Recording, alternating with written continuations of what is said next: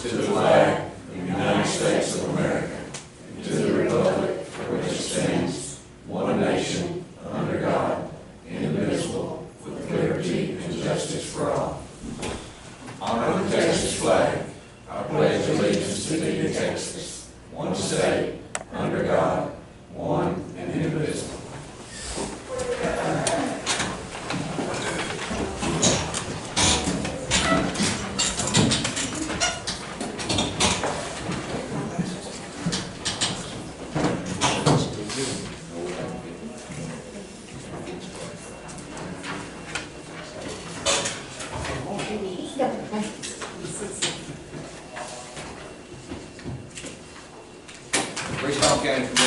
July 29, 2026. Do have for proposal in accordance with Chapter 551, Texas Government Code, as amended, also known as Texas Open Meetings Act. Yes, we do. Ma'am, any members of the public who would wish to speak, each have 3 minutes. Don't see anybody. Item number 1 is to approve minutes of the July 15, 2026 regular meeting.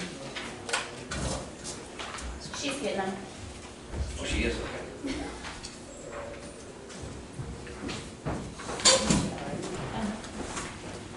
There you go. Appreciate it.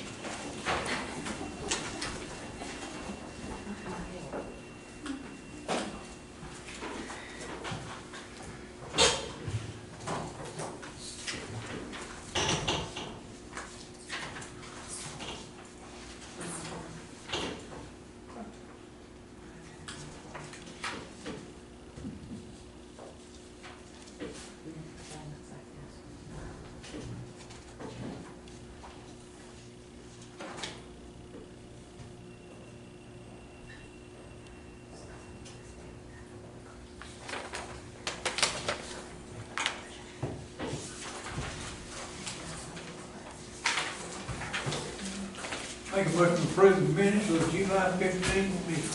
I second. Motion second, all in favor, aye. Motion carried. Item number 2, budget transfers and amendments. Can we do 15? I'm sorry, we need to, let's get down to item number 15. To create a special fund line item for opioid settlement proceeds. So we've had the opioid funds for several years, but we've never had an expense line item for it. And so now that we have to use the funds for training, Sheriff's Department's going on training, so we need to create a line item in our budget to expense those funds. Do I have a motion to create that special fund line item for opioid settlement proceeds? I'll make that motion. I second. Motion second, all in favor, aye. Motion carried. And we'll go back to item number 2, budget transfer amendments. One budget transfer amendment, which is for opioid settlement proceeds, There's another page here. and then transfer.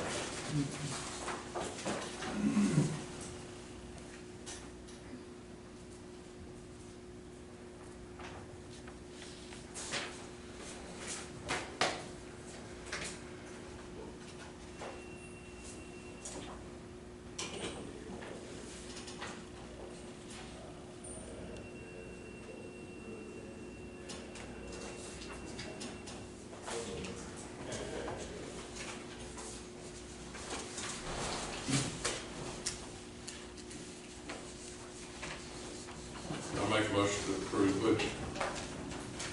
Amendment transfers and amendments. Second. Motion and second, all in favor, aye. Motion carried. Item number 3 is approved to pay the bills.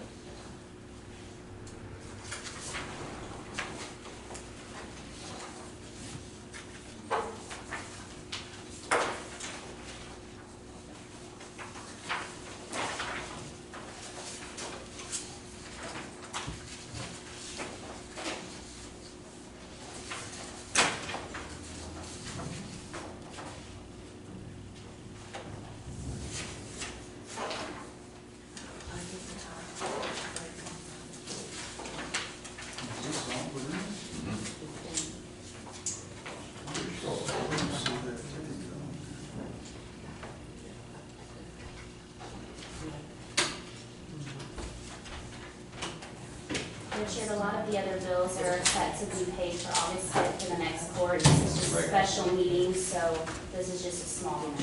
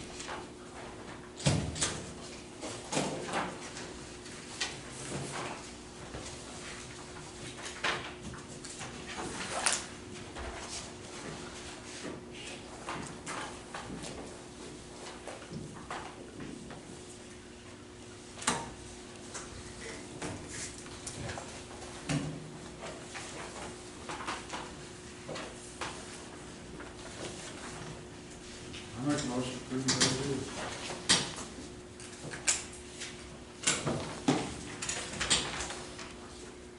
I second.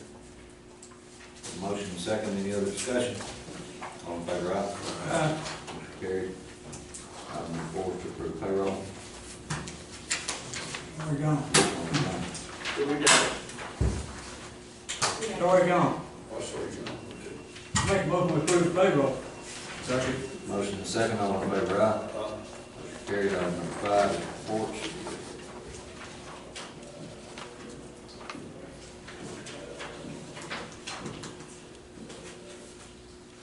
Don't have anything, no action, item number 5. Item number 6, burn ban.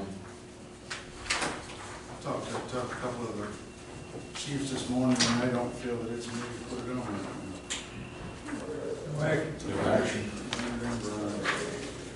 Item number 7, special road use agreements. I got one from Expand Operating LLC, it's on County Road 241. They're fixing Little pad. to little pad down there, 7/10 of a mile. I think we agreed to put $500,000 on that. On 241. So I'd like to make a motion to accept this road use agreement from Expand Operating LLC, County Road 241. Contingent upon them, us receiving $500,000. Yes, on $500,000 bond. I second. Motion and second, all in favor, aye? Aye. Motion carried.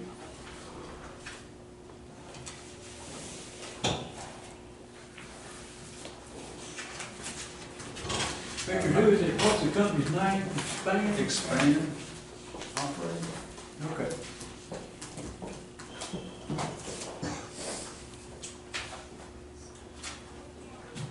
Item number 8, approved bonds, education certificates. Have a handful today. Send them Archibald for 20-hour justice of the peace. Artificial intelligence. I'll say that, then we'll go through the names. Alexandria Welch, Karen Moore, Rick Santana, Cindy Gregory, Jennifer Fulkerson, Hannah Carruthers, Diane Evans, Ashley Robinson, Beth Smith, Elizabeth Barnes, Alicia Rowe, Gary Hammond, Pam Shavers, Chris Black, Tony Jenkins, Michelle Hayes, Misty Alio, Eileen Marvin, Janice McIntosh, Peyton Northcutt, Heather Sutton, Jake Fitch, Misty Pena, Larry Jones, Christina Flannery, Stephen Whitfield, Carla Cantor, Stephanie Stevenson, Randy Walker, James Lawrence, Jeremy Myers, Bill Alvin, Sam Marshall, Melissa Grissett, Chad Hill, Renee McVeigh.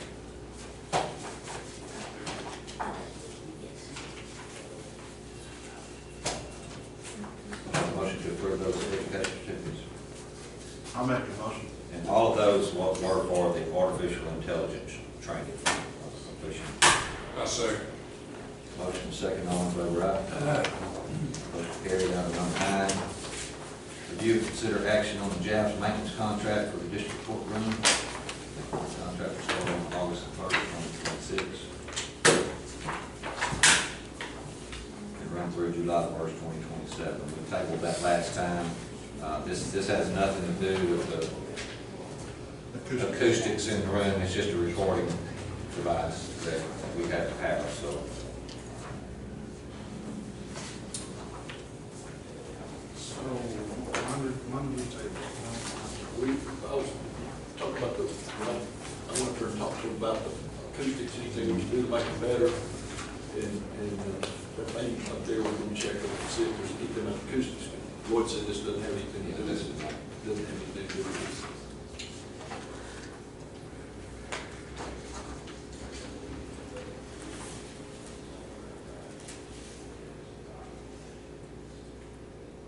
Is this, I just make a motion, we extend the warranty. Warranty coverage and maintenance Maintenance and support support, agreement. so the agreement is good. that the 5847? It's one of them deals we gotta have, right? Correct. Well, I second. Give me a motion, I second. Motion and second, all in favor, aye? Motion carried. Somebody come in. Okay, you got a flap, sir? Yes, sir. Okay. Jesus Davila. Jesus Davila, the name? I didn't have nothing on my book. You know anything about it, Karen? Yeah. Yes, he brought it by, a few weeks ago, and then, but he was just late coming in, bringing everything. They told me to bring here at 9:30. Yes, sir. Yes. Okay. Yeah, here's one that passed that there. Gotcha. So we'll go back to item number 7, under applications for flats and replats. Yes, Your Honor. You can take everything up there too. I'll have a copy of what you're platting. Yes, sir. I have 2 copies of it.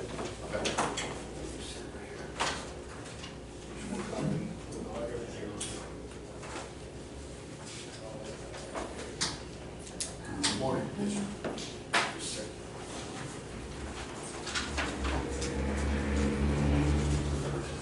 Tax receipt. I have it right here, Your Honor.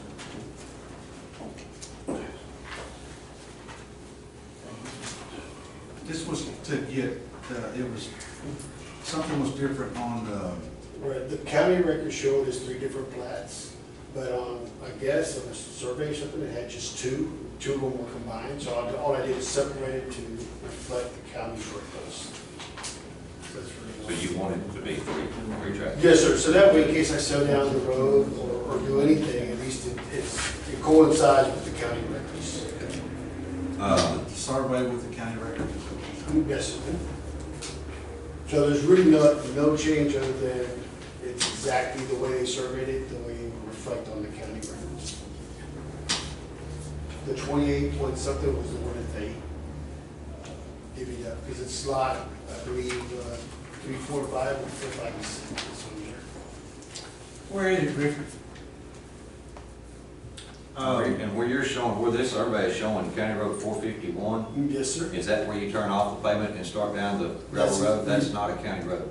No, I understand that, and it's at the end of the county road. Right, but I'm just saying this is incorrect on this, on the plat right here. That 40-foot dirt roadway is not a county road. Or my concern is that you've got 3 tracks that you could potentially sell to someone, and then thinking that they have access through there, and I've never seen, because this has come up several times. And so, no one has ever proved that they have legal easement once you turn off of the pavement onto that dirt right of way. No one's ever been able to provide an easement showing that they have legal access to these tracks. So it's a question of are the tracks landlocked or not? Whenever I had the deed and all that,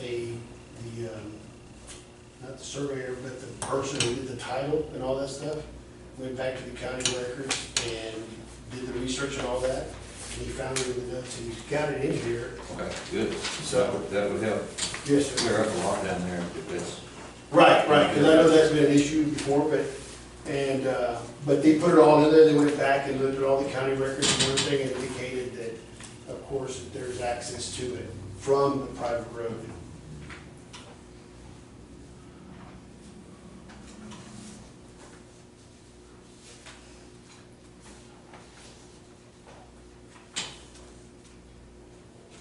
They're showing the dirt road, county road.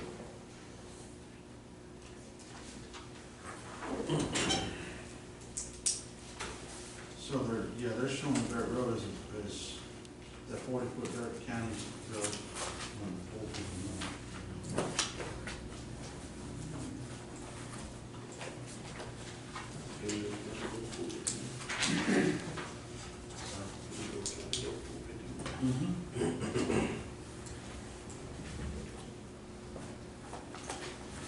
We had something about this not too long ago.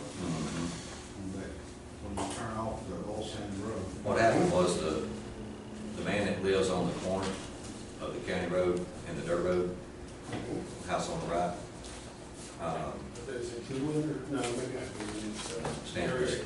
Okay, yes, yes, sir. He had his place resurveyed. It's been 7 years ago, long. And at that point in time, the surveyor told him that the neighbor across the road was always, had been verbally told that he owned that road. The surveyor said, no, he doesn't, you do. And that, he told him, he said, the people going and accessing the track really have no legal access. Of course, he wasn't trying to deny nobody access or anything. Right. And since then, he's had someone want to purchase it. That's when it came back to court. We could not verify, well, we could verify that it was never a county road. But we don't get into the civil part to determine, I understand. you know, if somebody's got the easement, if it's in the records, it's right. So, Does it show in the record, Judge? Hey,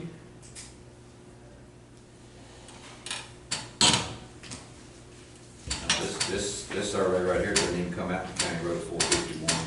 It's a long ways from the corner of this track back up to the county road. Right. It's quite a bit of distance, so, So it's showing that it's 451 all the way down to your property, yeah, that's not correct. and it stops up there at the old sand.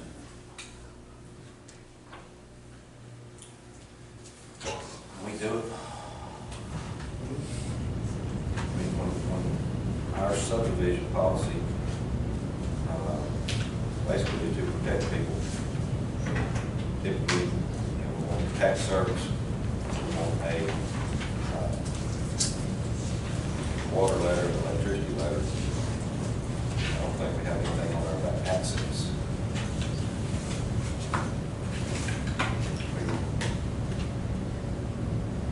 we come out of tax rate. No, but, you know, And Your Honor, if I may just interject, the only thing that I wanted to do is, like I said, I'm not trying to change anybody saying, okay, access, none of that. No, I understand. All I wanted to do was just divide my property to reflect the county records, because the county records show us 3 different plats. Yeah.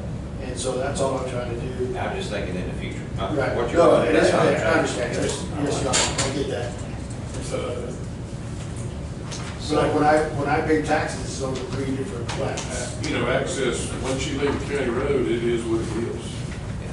It's what the deeds reflect, what's filed record, and, you know, we have no say in that. The only thing, if anything's filed that's misleading, I'd hate to set, to confuse somebody down the line. Yes. That would be my only Yeah, issue somebody right 20 years there. from now is looking at this and they see County Road 451, well, we've already, determined in court that that is not a county road. Right. So,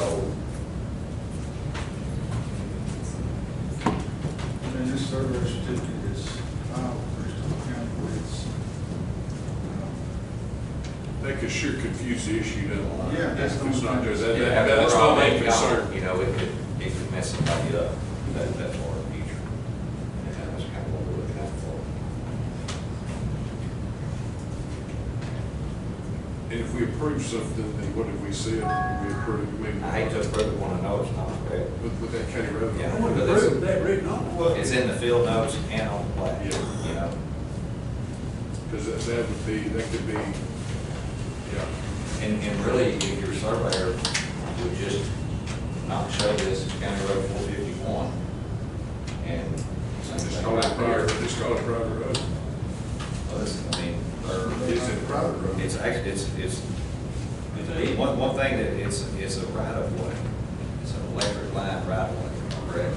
Right, well, there's electric lines that run through there. Right, and that's how people started using it. So the electric company Well- has a right of way, but they cannot assign you or anybody else that right of way. It's only for their use. Well, all the way down to the very end, it was always a roadway, even before electricity was put in. Right. Oh, yeah, I grew up down there. Right, now, that's what I'm saying, so I understand that the electricity started coming afterwards, but the roadway was already in existence for the properties to be able to access it, right? And, so that's remained the same, the only thing is, of course, now we got power lines that run down through there.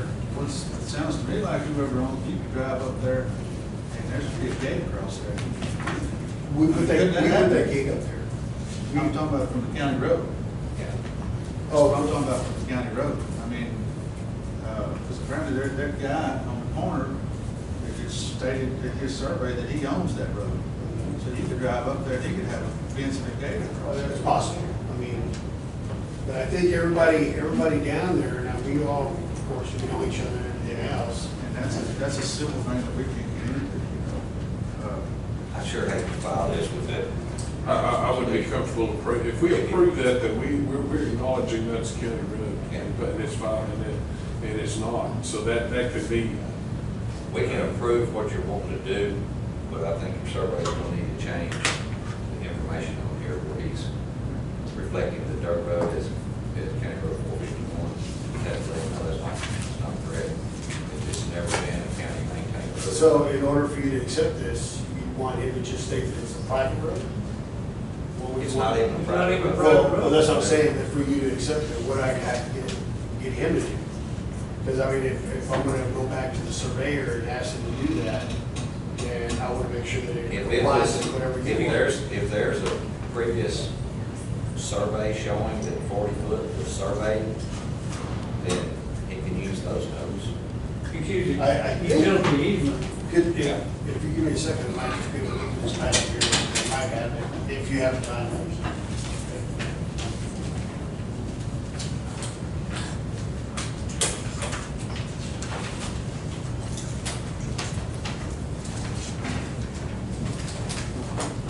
But it's, let me just give you a hypothetical, what if I were gonna sell the property to you? I mean, this would still, that's already recorded, right? So that whatever I sell, it should be able to stand, because regardless if it's noted as a private roadway or something. Just like when I bought the Yeah, property. that's right, yeah, you got just as much right to sell as you had to buy. No, no Right. argument at all. Main thing is we just can't be filing something of record that shows that it's county road when it's not. Okay. It's misleading to the person that buys it, right? And then No, they're and- going to figure out, say, how come y'all ain't making And I understand, the from only years thing, down the road, you Yeah. know, all of us will be, and they'll come in and say, well, it says it's county road, you know. and I'm fully Create an argument. in agree with that, I understand what you're saying. The only thing is, for clarification purposes, when I go back to the survey, so that way he can do it, or if be acceptable to y'all, how do you want me to tell him to list it as It's not notes? up to us to tell him. No, I'm gonna Surveyor. go, I'm gonna go back to Yeah. the surveyor, I'm gonna do it, but what would be acceptable to y'all, or to the commissioner's court, for it to be entered, this application? It's not up to us because it's not a private road, it's not a county road. So as long as he don't have it labeled as that, So he you, may call it Utility easement. Public access. right of way, but it's not public. It ain't public access. It's I mean, private. it's, yeah, I know, but we had some similar kind of deal down there where they left it off the road, spur road, and they made it easement, public easement or something. This has never been designated like that. Right, it's gotta be in the easement, it's an easement, they have an easement. So But I know there's a right of way, a utility right of way, and there could be a easement. Just never seen anybody Did produce that that. utility right of way go down to Old County Road? There's no. Never was. So that surveyor put that county road on there is not, that's not right. That's not right, yeah. And just as long as he doesn't put county road on it. Yeah, So, right there. the county road- If we can prove it. So on this county road reference, and submit it the way it is, without the county road reference. Yeah, your reference just needs to be your survey line, your boundary line.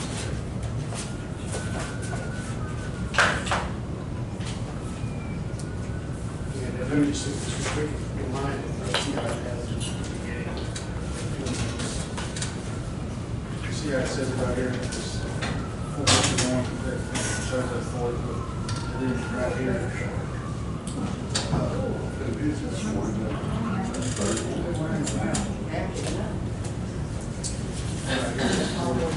Dirt County Road number 451. So really, if you just drop the county, or the county road 451, then, I can't Off the tell. plan and off the field notice. right, that's what I'm saying. What he calls it after that, that's. I can't say that. And even just, as long as that's not on there. But it's not a private road out. So we don't want to make mention of a private road or an easement, long as it just drops. Easement, if there's an easement, then that would be the best. If it's got, if the recorded document showing that there was an easement, that would be the cleanest. But, so what if it mentions private road? So it's private roads? It's not. You don't, We've never named it a private road to report. We have no record. okay, so I just want to know what we don't want to do, so that way it can bring it to you and it be acceptable. To us, it's private property. Yeah, private roads really don't come through here. I mean, we don't.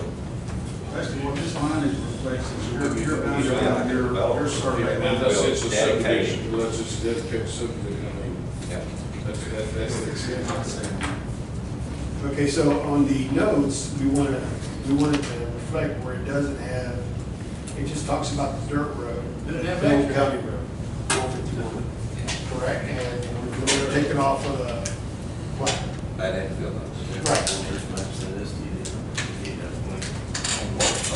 What's the name on the plat? That's Susan Howard?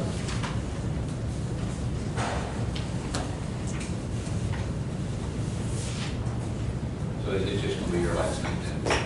It's, well, it's, as far as on the tax records, I don't know how. This is, yes, sir. Thanks for your last name. WDAVI, LA. I'm just keeping a note. Longport, Yes, sir. Houston, retired, Houston for the South.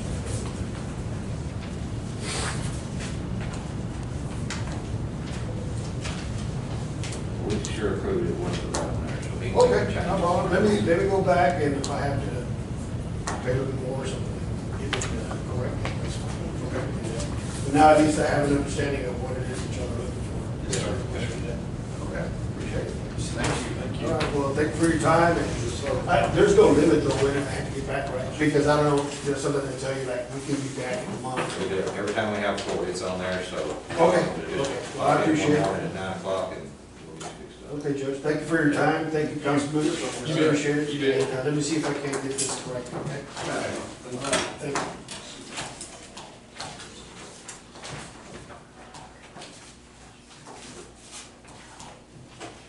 All right, have a good day. Thank you. Item number 10 is to award bid for group medical insurance. Here we go. Morning. All right, so we'll go ahead and pass out the medical part of it for you guys. It's not a full book this time, so we've been, actually met with the insurance committee this time, so kind of narrowed it down a lot more for you guys.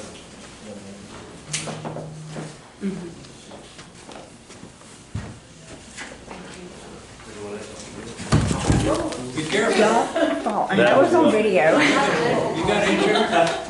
I don't have that one. You got insurance?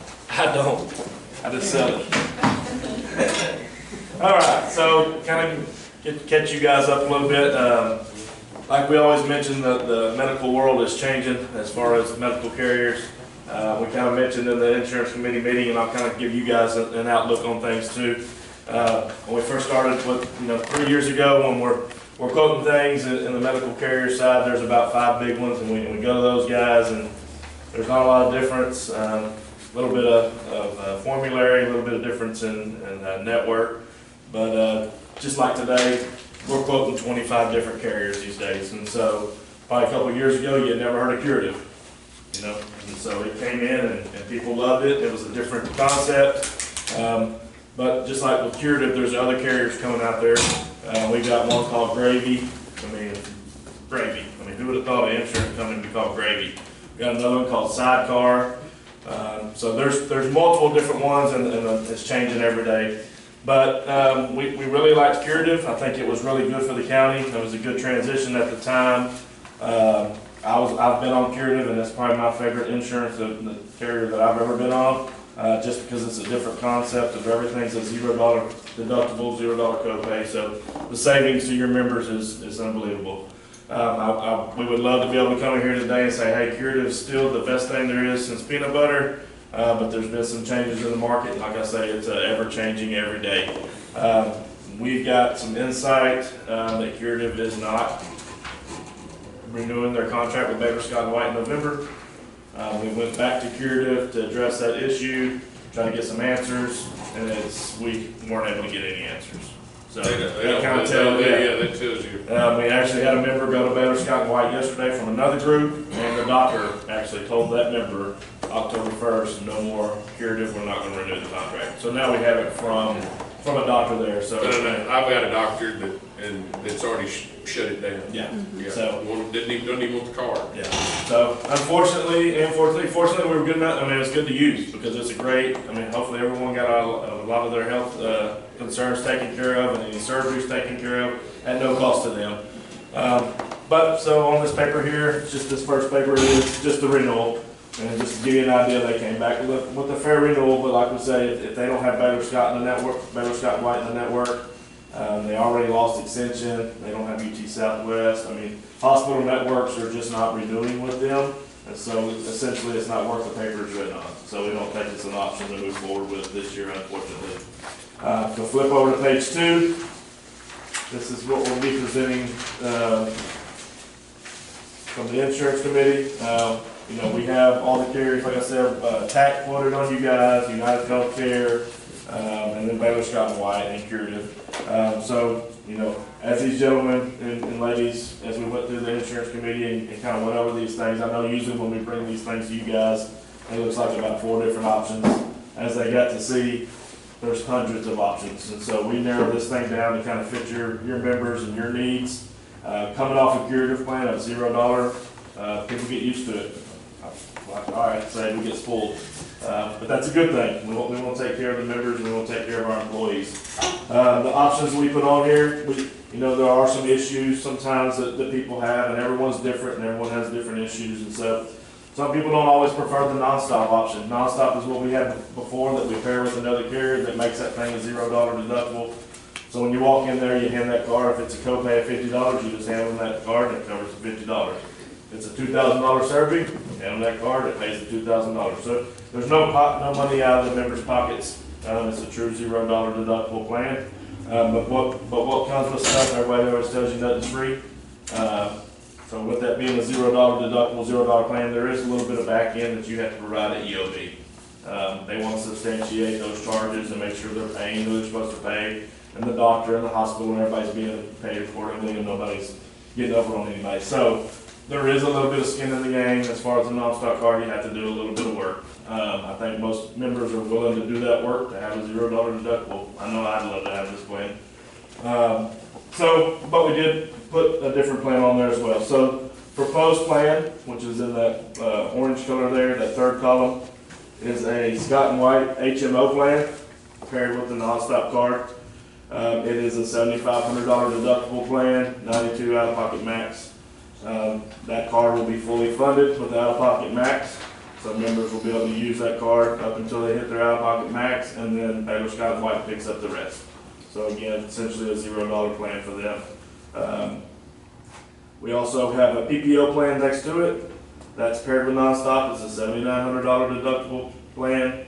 It has the full out-of-pocket max loaded on that on the nonstop card as well. And then for the people that just don't want to mess with the nonstop, we want to put another option out there for them. And we have a Baylor Scott and White $0 deductible plan with a $3,000 out-of-pocket max. That's your traditional plan with your co-pays and your prescription cost.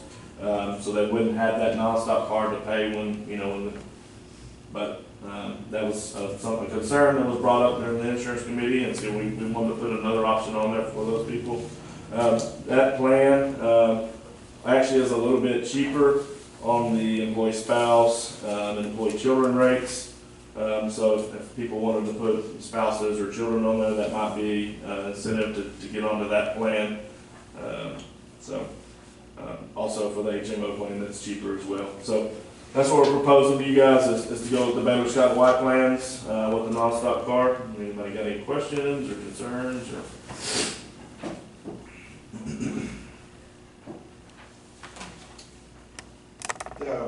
The explanation of benefits deal that you have to do at the end on the back side. Yes, sir.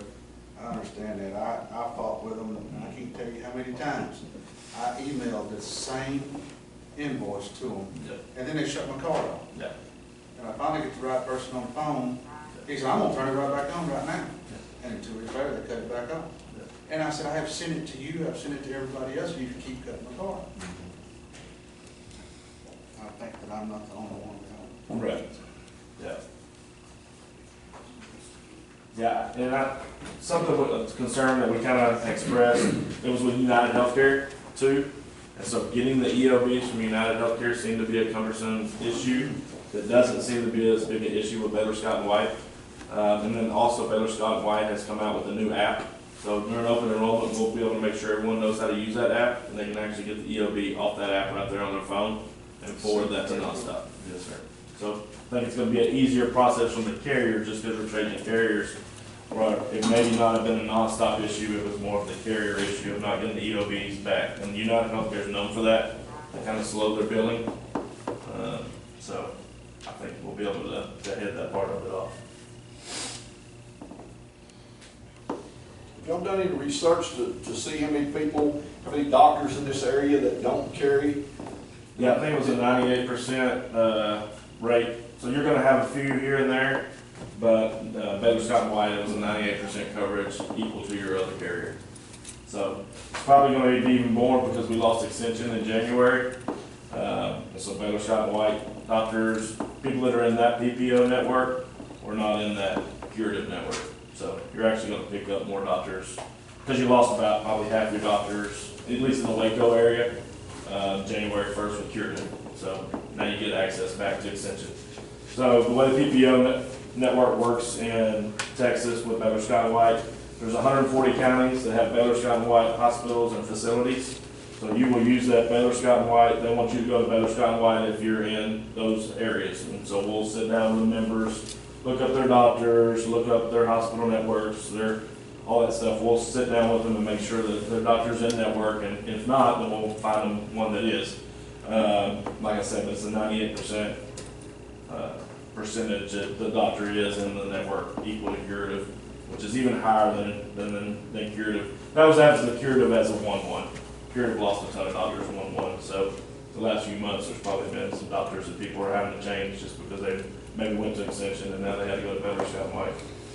Outside of those 140 counties, you'll pick up what is called the United Healthcare's RAP network. So it's a national PPO network that you're going to use.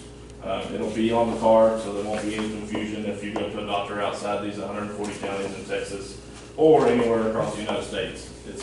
So you can use that card if you go to a doctor outside? Yes. And how long is that card going to be good for a whole year? Yes. So you can go to somebody that's out of network. So you can't use the card for out of network. No, the card's only good for in-network. So, yes, if you make that decision to go outside of network, it's gonna be treated just like the plan until you meet that deductible and then you would have co-pays. But I think you're gonna be hard pressed on that PPO network to find out-of-network doctors. I mean, there are some, like, I know UT Southwest is not in the Baylor Scott and White network, so I can tell you, like, if you have a UT Southwest doctor, that's not gonna be in there. What about your Waco Urology? They end up Scott White? Go ahead, yes. Sorry, Yes, sir, they are. they are now? Ascension. Extension, yeah, and so that's what something, the Baylor Scott and White noted in Central Texas, they actually added the extension into their network, into their PPO network, where most places they wouldn't, because obviously they have a competing hospital in the same town, but they know so many people use extension that they actually moved the extension back in there, so extension and all their extension / Providence, and all their doctors are in network. The way that you're already is in network. So Waco Urology is in that network now? Yes, sir. Because I know at one time they weren't.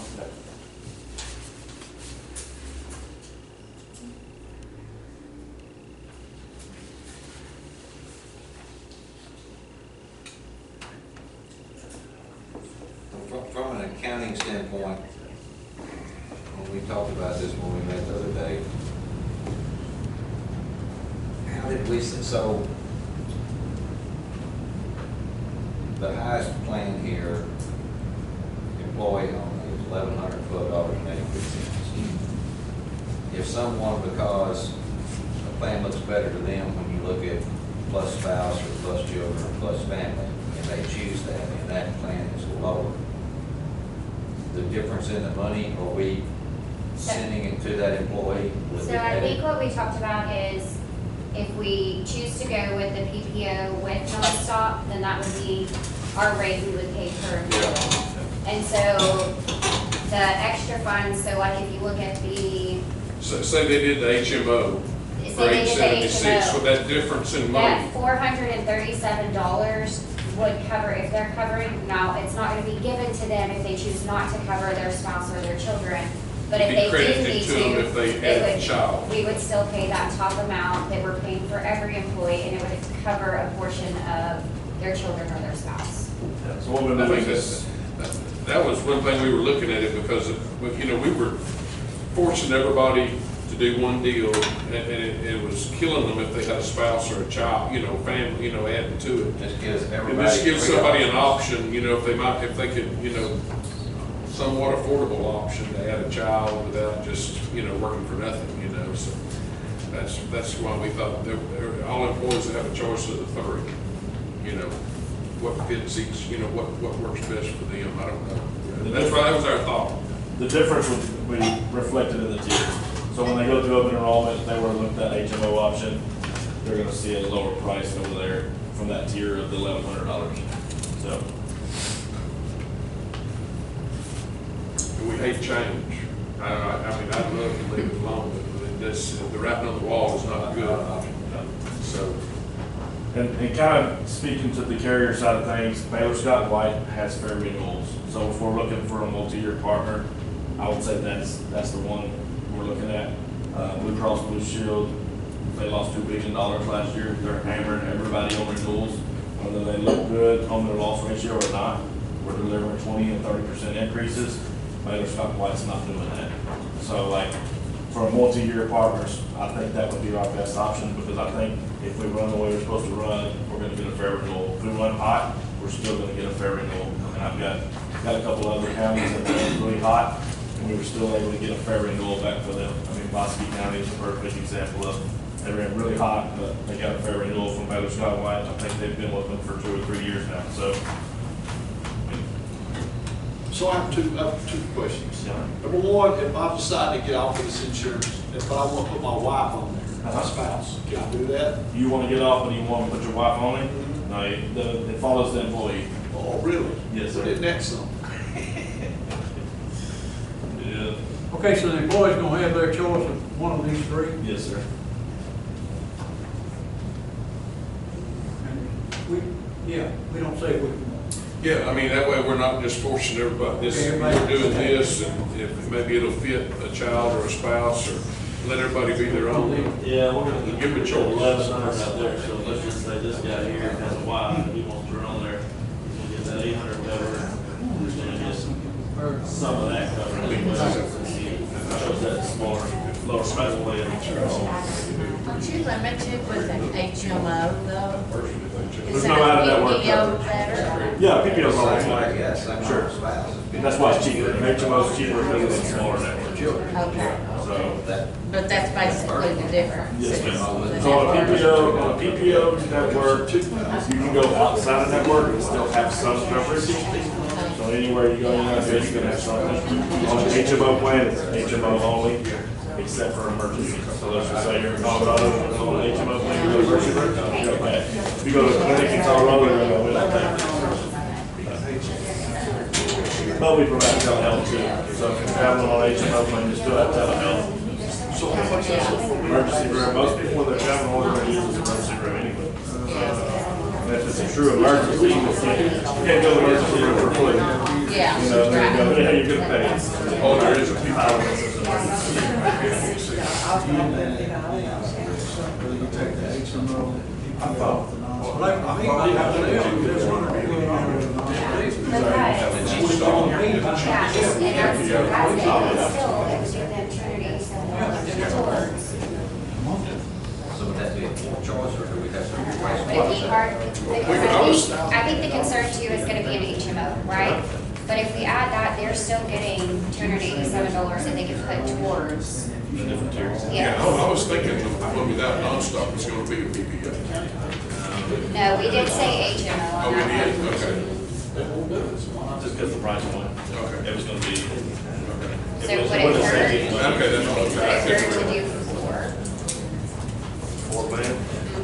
Instead of those three and this one? Because if they want to do, I think, HMO limits them, but they'll still get eternity credit towards. That's a different. My deal is that before we go to sign Right. all the employees, But if they don't want to do HMO, and they want to have kids or their spouses, they're just gonna let them get that cost. Because HMO is gonna yeah, oh, I agree. We were just talking about lower first on the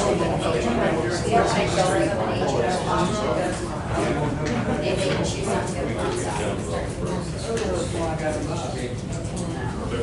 I think that's, but I think that. I think we need to. That's your insurance quote. We said, I'm sure five, They that's. just collapse. What that, what else,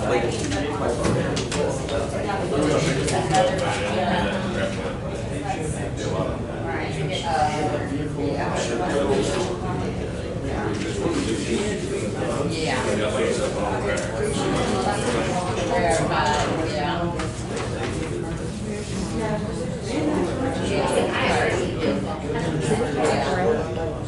Like, we also have employees that are complaining that they don't have the nonstop part.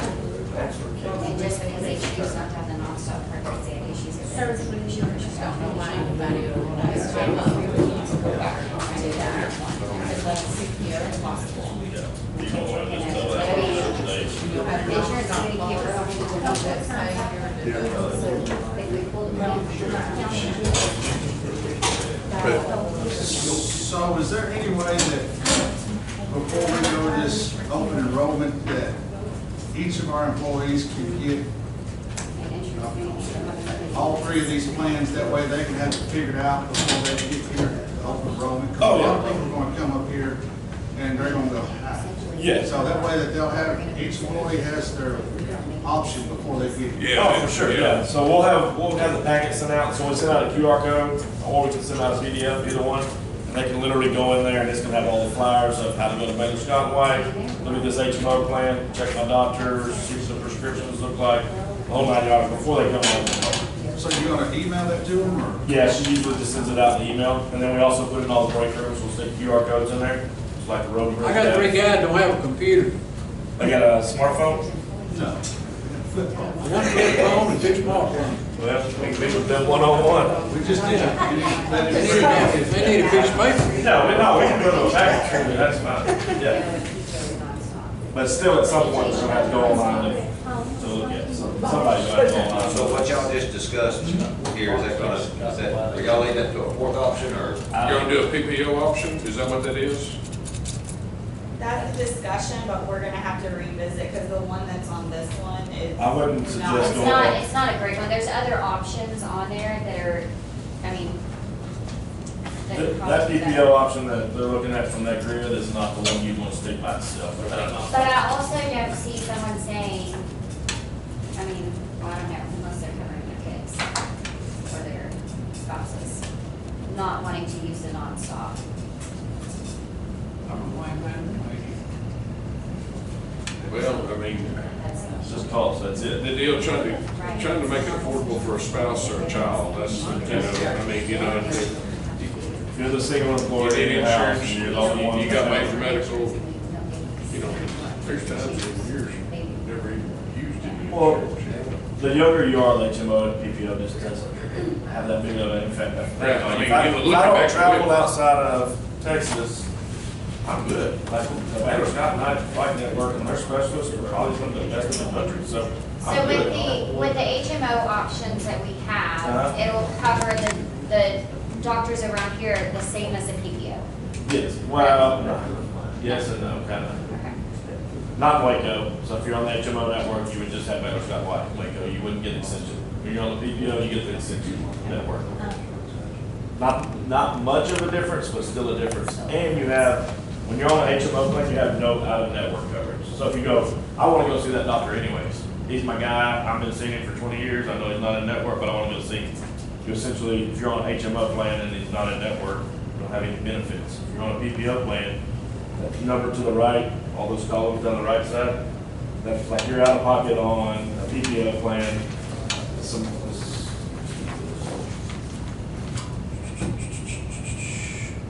$79.50 on deductible. If you go out of network, you have a $15,000 deductible. You know, you still have coverage instead of it just being unlimited.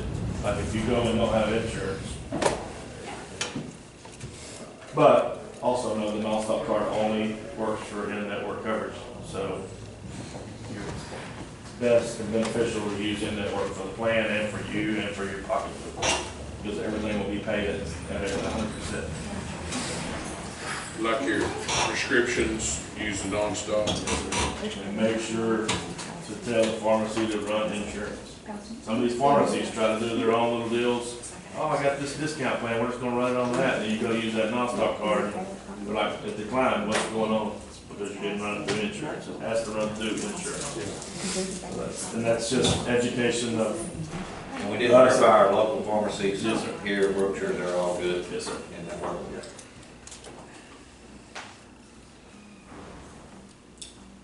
Anybody got any questions, thoughts on it? We're trying to give everybody an option, I don't know. Yeah. And it's going, the price is going up per employee regardless, you know, so it's. We're trying to keep that Additional zero, expenses. out of pocket. I mean, we're trying to keep it I thought there. it went to 1,100, I thought it was 12. We were 988 employee only. But that renewal went up to 12. 12/21 would have been the renewal at curative. So we're under what renewal would have been even if you stayed with curative. Looking at some of these PPO plans, if we offer just a PPO without a nonstop, if an employee is looking at it to add their spouse without nonstop, they're still looking at $1,100. So if they're looking to be able to add a dependent or a spouse, having an option with a PPO with no nonstop doesn't really save them any money. Still gonna average around $1,000 a month. And then they're gonna have co-pays and deductibles and stuff to meet now out of their pocket where they didn't before with the nonstop.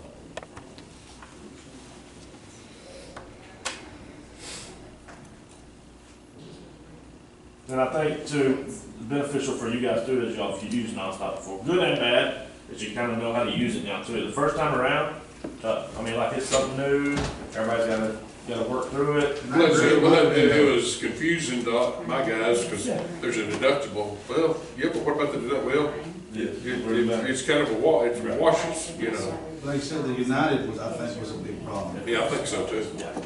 And that's where the trouble came at the end. Yes. They wasn't honoring, you know, oh, they just used every excuse. You didn't get it in time, and Exactly. several guys had to pay out of pocket. I did. I think I did too on one. And this is the same thing, Hill County and Bosque County, they're nonstop Better Scott White. So like, we've had success with working with Better Scott White with nonstop. Yeah. I mean, if I walk in Bosque County right now, the commissioner says, do not take away nonstop. Like he told me that commissioner support one of the guys last week. I'm like, no, I'm not taking it away, we're doing, everything's good, but he was imperative, like, don't take away my nonstop. I had knee surgery, it didn't cost me nothing, and I had to send this EOP, and we're good. Okay. So I think it's just education, and knowing we have a good carrier that stands behind it and gets us the EOBs on time. That's, we don't want anybody's cart turned off. And that's, we're here to help too. Like if you run into those things, anybody wants my cell phone in the county, you can give it to them. I mean, me and Brian, I think last time we came out and sitting in court for a day, sitting here, anybody had issues, come in and sit with us, and we'll get them all figured out. I know when everybody left that day, we took care of everybody that was here, so, we're here to help you guys, we're here to service you guys, we're not here to, hey, take this thing, it's the best thing, and if you have issues, good luck. We're gonna stand behind what we sell. Not all people from Freestone County go to Waco, some of them go to Tyler. So If you go here to the hospital, most of the time they'll send you to Tyler. And so, that's, everybody, I mean, I understand Bosque County, that's good for them to go over there. But Freestone County's here, you gotta go somewhere else, it might not be as good. In Tyler, there's no Scott White stuff in Tyler. I mean, we can pull one up, y'all wanna, I don't mind, we can look it up right now. I mean, if there's a doctor we need to look up, we can check it out, or hospital, or. I mean, but our hospital does transfer a lot to Tyler. Yeah. Yes.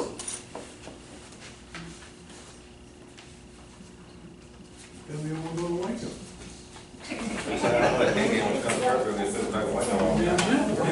I mean, they asked me. We'll go to Waco. Sometimes And then go ahead. that's T. There's a lot of things here, since we don't have a hospital, now they've got specialists that come from Tyler over here and do stuff over here. And Palestine, I don't know about Anderson County, I don't know if they're competing, if they're Scott White's in Anderson County or not, I don't know. I just wonder what is their effects, the doctors and stuff local here, like at this clinics and stuff here, they're from. I don't know how it works. But like East Texas used to be here, and So scenario, say somebody hurts themselves and they go over here to the ER and the ER releases them and says, hey, we got a specialist that comes here every week, one day out of the week.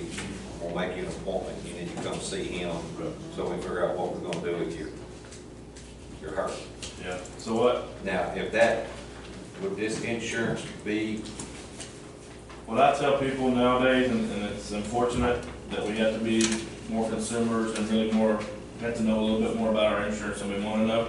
Because you're going to have that app on your phone, and I want everyone that leaves open enrollment to know how to use that app. And the 3 guys that he's got, they just call me and I'll use the app for them. I mean, I don't know a way around with technology. Hell, I'm gonna call you. Yeah, you can call me. Let's just say I'm at the doctor. I went to the emergency room here. They took care of me. I'm laying in bed. We're done. I'm fixing to leave. And hey, we want to schedule you an appointment with da-da-da. Hang on just a second, if you don't mind, because it's free for me if I go to these doctors and make sure they're in network. Who you send me to? Look it up. No, I can't go to that guy. Is there somebody else in Waco or Tyler or somebody that you can send me to? Hey, doctor, I've actually got the list if you want to. And then that's what I say is best, because you know it's. But it just need to be educated on it. Yeah. Because I wouldn't know that. Yeah, and I think when we sit in open enrollment and explain to people we're going to a new network, be cognizant on these decisions you're making, because it can be free, or cost you thousands of dollars based on that one decision. And doctors are gonna use what they use, right? I mean, unless you tell them any different, they'll send you, go over here and get labs, go over here and get this x-ray. Well, is that a network? Well, I don't know. I didn't even look at your insurance, who do you got? They don't do that. Let's use another scenario, an emergency situation. Emergency. In an emergency situation, you go to this ER up here, you're gonna get transferred out, and if you have nobody to communicate to how, whether you want to go to Tyler or Waco. Yeah, so Mercy is different. Mercy's covered no matter what, if you're on the HMO, PPO, no matter whose network you're on, they have So, to take it. what concerns me though, is that you transfer me to Tyler, and I'm in the hospital for 5 days, and Better Scott and White don't cover that over there. Is that still an emergency, or is it calling medical? Well, it's still emergency, but that same scenario is on any carrier you're on. The same one if you were on Curative yesterday.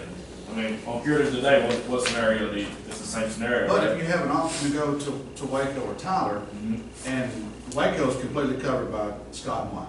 Right. You see what I'm saying? Yeah. You get over here and you're gonna be spending all this money, even though there's no Better Scott and White coverage over there. Right. You're gonna spend all that money over there when, you know, you go to Waco and.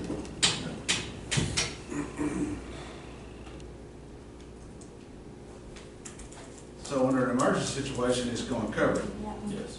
no matter where you go, Right. until you get there. You'll just have to file with them on what's an emergency, because I've had to do that myself.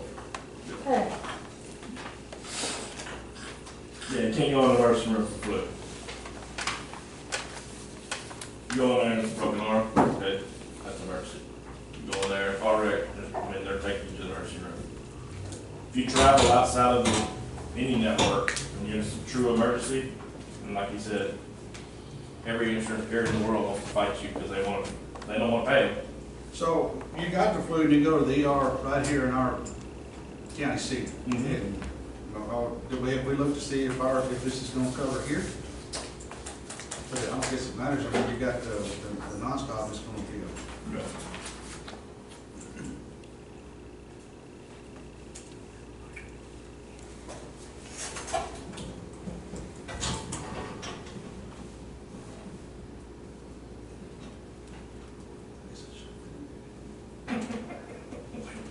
So, why wasn't you on the committee? So I asked not to be on that. Been on the committee. I was on the committee. They don't take insurance. Our Medicare care don't take insurance, do they? I think they started. Yeah, they do. Yeah. Good.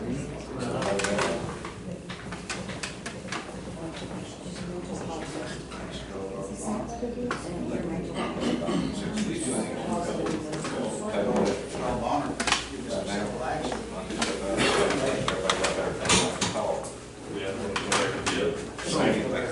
And I can get on and look up all your. You said, all right, we just kind of sit on down. I can just sit out there and work on this and come back again.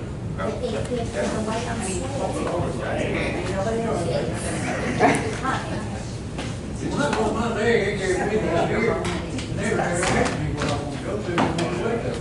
Yeah. Said, well, we'll do Oh, it. yes, you're right. No, they didn't. You weren't even out there then. That party.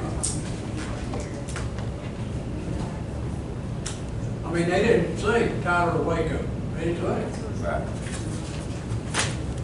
You didn't know north and south, that's kind of big.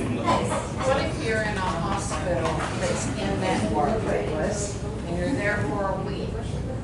I mean, and you're in bad shape, and they want to transfer you to Baylor in Dallas because that's where you're gonna get a transplant if you need one. And say Baylor's not in the network, how does that work? Well, they are in that work. They are? Yeah, it's better stuff. Okay, so in Dallas? Okay, Anybody. Yeah. okay. Okay, we're gonna move on now. Yeah, I'll tell you what, while he's looking some stuff up, and we can discuss more, but we'll go ahead and knock out some of this stuff. I know Dane is probably ready to get out of here. If we want to drop down and just go to number 16, discuss the use of AI within county offices. This is just to make people aware that we don't need to be using AI at this time on county devices. You can use AI, it's a matter of what you're doing with data and ideally what type platform you're using.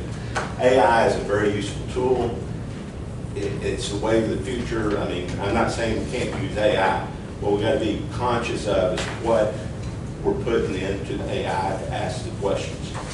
So what we can't be doing is using like a ChatGPT, an open platform, large language model type platform to put in, say an office is wanting to say, I want to look up Billy Bob and put in driver's license or social security because we have access to that data.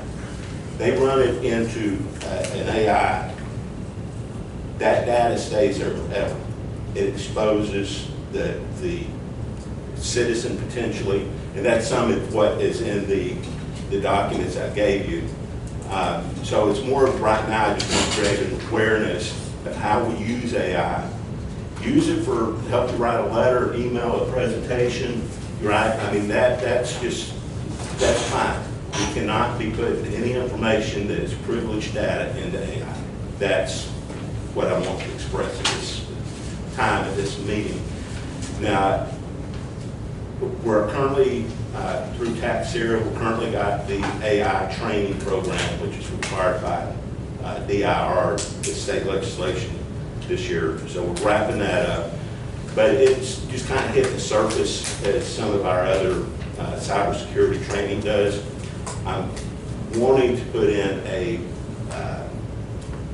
there's some offerings of full-blown AI type training and monitoring that will improve our security around AI and the usage of it, and educate our employees on how AI can be used, beneficially, as well as what is our risk.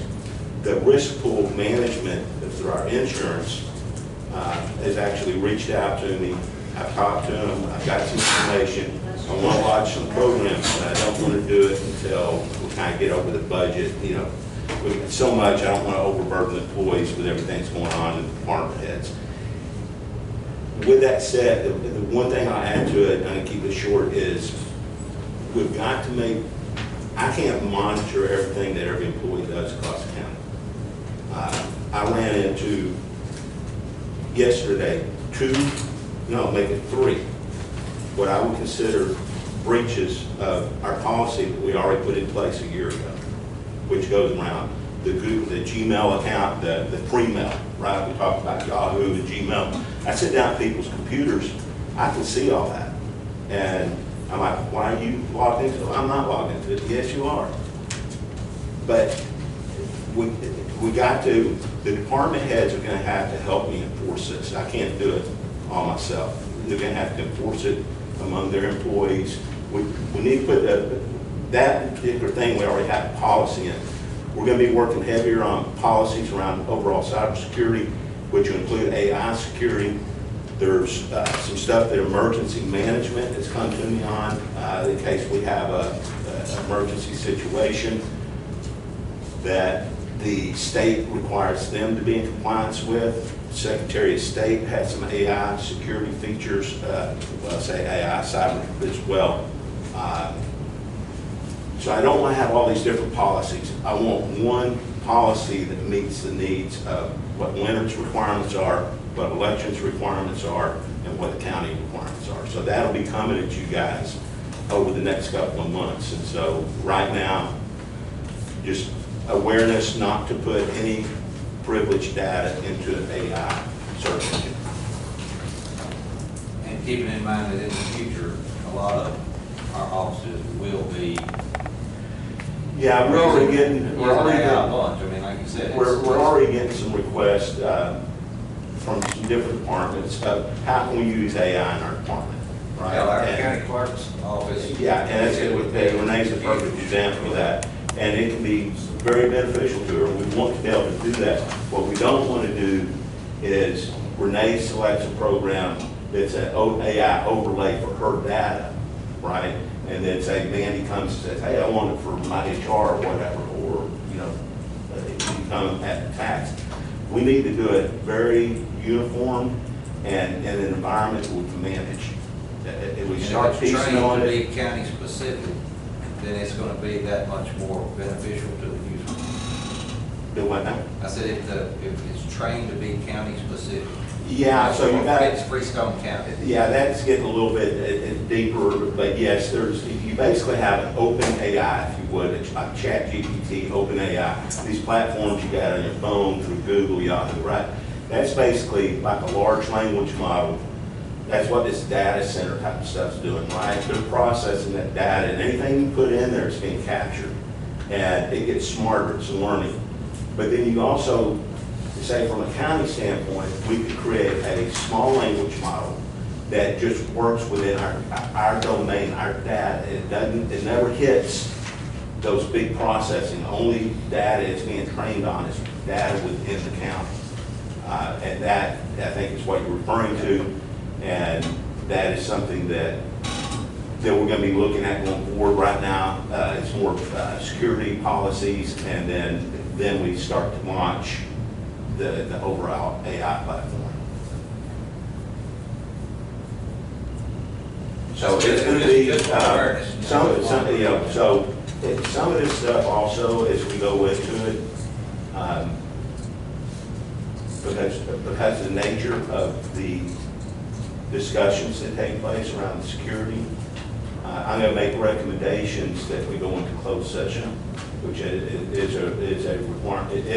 It's really how it should be done according to Texas legislation. So I'll come to you guys and say, I want to have a meeting. I know y'all do closed sessions all the time, but as we're talking cybersecurity, AI security, and what we're going to do, those really need to be talked and discussed within a limited setting. So the bad guys can't hear. Right. Okay, so that's it, just awareness. It's coming. We're working on it. But every department head needs to be taking this seriously and help monitor what's going on within their own office with their respective users. Since we're talking about cybersecurity real quick, because I was looking at getting 2 licenses for AI for our body cameras, because it'll literally type our freaking report right off of that body camera. Our guys don't have to sit there for an hour and a half trying to type a report. Do I need to wait? No, I think we need to discuss it. I'm not saying the sheriff's office is always a little bit unique just because of the nature of what they deal with, their systems. That's something that, and this is another thing, you know, like what he just said, he's already looking at AI. This is the first time I've heard about it, right? And Renee and I talked about some stuff, which is fine, right? If the tool is monitored, controlled, and we got control of what's going on, yeah, it's a tool. Let's use it. It's going to be beneficial to the county, to the employees, to everybody. All I would say is that anything that's computer related, software related, computer related, digital related, that I'm made aware of it, at least awareness of it, before any decisions are made at y'all's level. I mean, if somebody brings you something, say sheriff brings you and says, hey, I want to do AI for body cams, you know, what I would hope is that you guys would look back at it and say, have you discussed it with Dan? And he'll say, no. You say, we'll get with him, or he's going to say, yes, we'll discuss it, and I'll probably be standing by his side, supporting him. But that's happened numerous times through the last couple of years I've been here, that people are bringing this stuff before you guys, it's getting approved, and I don't find out about it until sometimes months later. And at that point, decisions are made, and it is what it is. So that's it. Thank you, guys. All right, thank you. Appreciate it. Item number 11 is to accept resolution for Freestone County multi-hazard mitigation plan. Leonard had submitted this. He had a meeting this morning, school safety meeting this morning. He's supposed to be here. This is just a renewal. And by adopting this today, it will be an updated plan for another 5 years.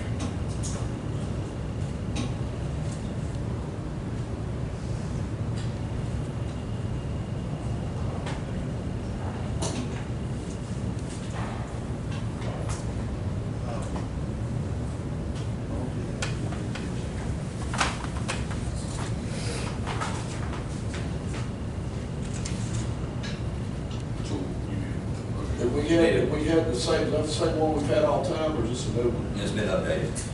It's at 2026. So what is this plan, if there's something, This falls under Federal Disaster Mitigation Act, 2000, FEMA. Jim, you wanna? I can talk briefly on it unofficially, but it's, the hazard mitigation plan is due every 5 years. He had to do an update on it. And by state law, he has to do it, has to have a public meeting twice for it to be approved. So this counts as number 1, and then he'll do another one, and that'd be number 2. So we're not gonna discuss it. He should put in there when he updated, but it's just to bring it up to 2026 standard, so. It's 154 pages. After that.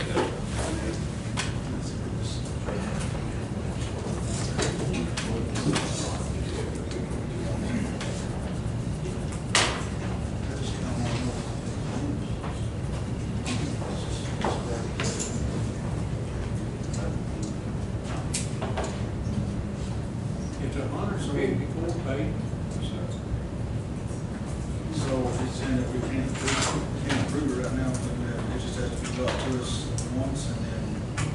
Today is to accept a resolution for the multi-hazard mitigation. I see.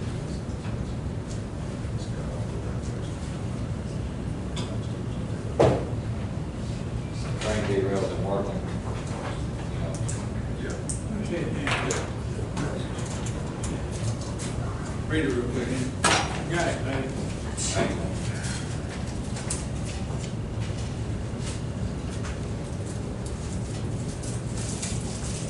Yes, very good.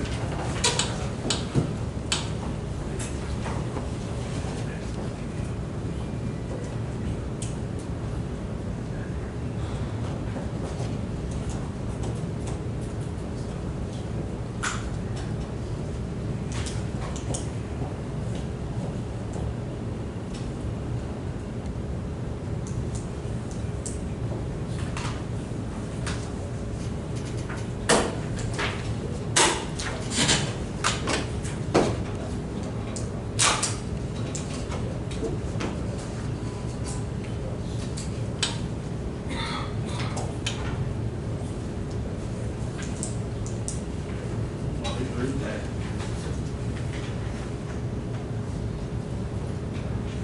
I want to go ahead and make a motion to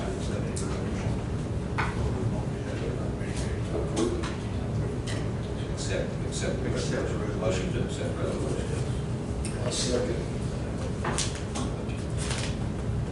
Got a motion and a second on item number 11 to accept resolution for Freestone County multi-hazard mitigation plan.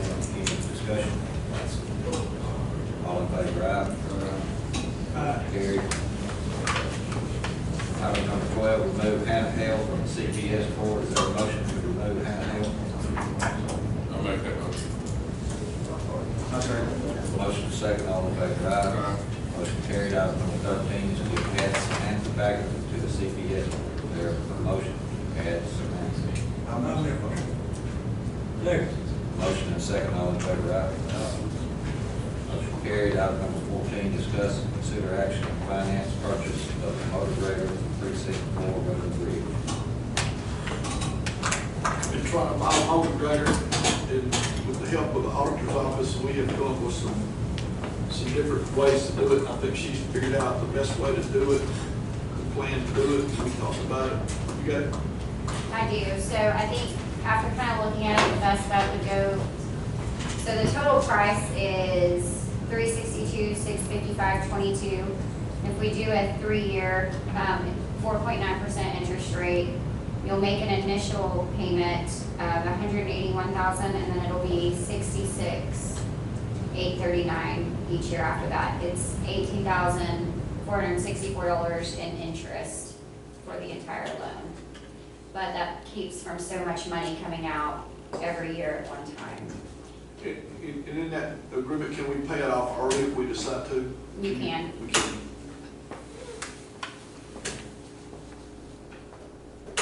Is that through like Source One? Is that who y'all use? I think it was Cap Financial is who they went through. Capital. Mm-hmm.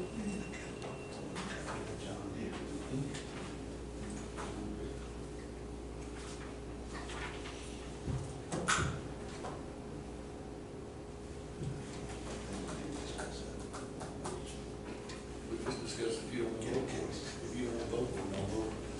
Get you that case on the law. You said it's 362?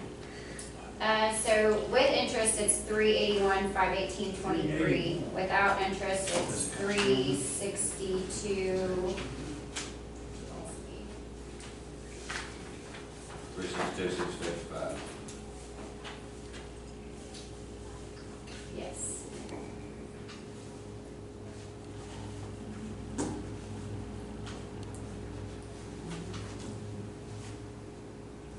$362, $655.22.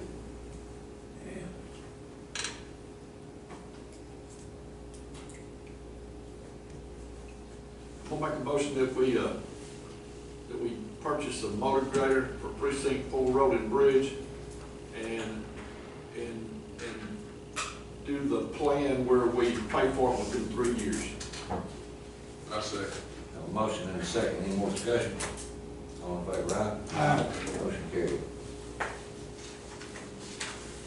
Okay, I'm gonna take a little recess and, way y'all can talk insurance amongst yourselves. And Dan, is that gonna hinder you, or do you need us to? It's up to you, Judge. I don't want to mess you up on that. You need to call and tell them.